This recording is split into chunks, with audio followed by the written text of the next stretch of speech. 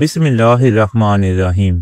صحیح بخاری حدیث نمبر 138۔ نبی کریم صلی اللہ علیہ وآلہ وسلم سوئے یہاں تک کہ آپ خراٹے لینے لگے۔ پھر آپ صلی اللہ علیہ وآلہ وسلم نے نماز پڑھی، اور کبھی راوی نے یوں کہا کہ آپ صلی اللہ علیہ وآلہ وسلم لیٹ گئے، پھر خراٹے لینے لگے۔ پھر آپ صلی اللہ علیہ وآلہ وسلم کھڑے ہوئے، اس کے بعد نماز پڑھی۔ ابن عباس رضی اللہ عنہما کہتے تھے کہ ایک مرتبہ میں نے اپنی خالہ ام المومنین حضرت میمونہ کے گھر رات گزاری، تو میں نے دیکھا کہ رسول اللہ صلی اللہ علیہ وآلہ وسلم رات کو اٹھے۔ جب تھوڑی رات باقی رہ گئی تو آپ صلی اللہ علیہ وآلہ وسلم نے اٹھ کر ایک لٹکے ہوئے مشکیزے سے ہلکا سا وضو کیا۔ عمرو اس کا ہلکا پن اور معمولی ہونا بیان کرتے تھے، اور آپ کھڑے ہو کر نماز پڑھنے لگے، تو میں نے بھی اسی طرح وضو کیا جس طرح آپ صلی اللہ علیہ وآلہ وسلم نے کیا تھا۔ پھر آ کر آپ کے بائیں طرف کھڑا ہو گیا، اور کبھی سفیان نے ان یسارہ کی بجائے ان شمالہ کا لفظ کہا، مطلب دونوں کا ایک ہی ہے۔ پھر آپ صلی اللہ علیہ وآلہ وسلم نے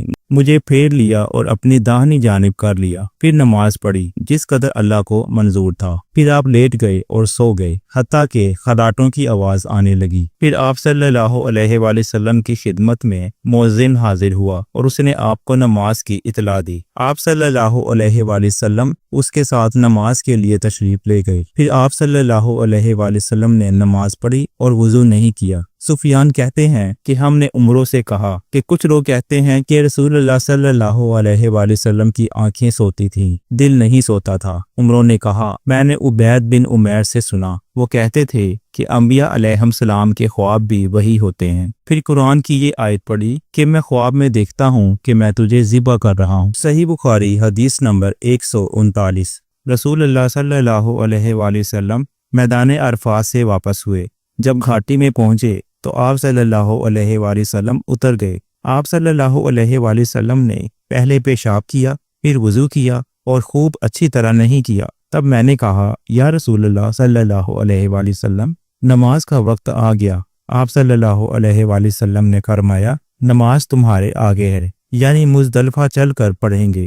جب مزدلفہ میں پہنچے تو آپ نے خوب اچھی طرح وضو کیا، پھر جماعت کھڑی کی گئی۔ آپ صلی اللہ علیہ وآلہ وسلم نے مغرب کی نماز پڑھی، پھر ہر شخص نے اپنے اونٹ کو اپنی جگہ بٹھایا۔ پھر عشاء کی جماعت کھڑی کی گئی، اور آپ صلی اللہ علیہ وآلہ وسلم نے نماز پڑھی، اور ان دونوں نمازوں کے درمیان کوئی نماز نہیں پڑھی۔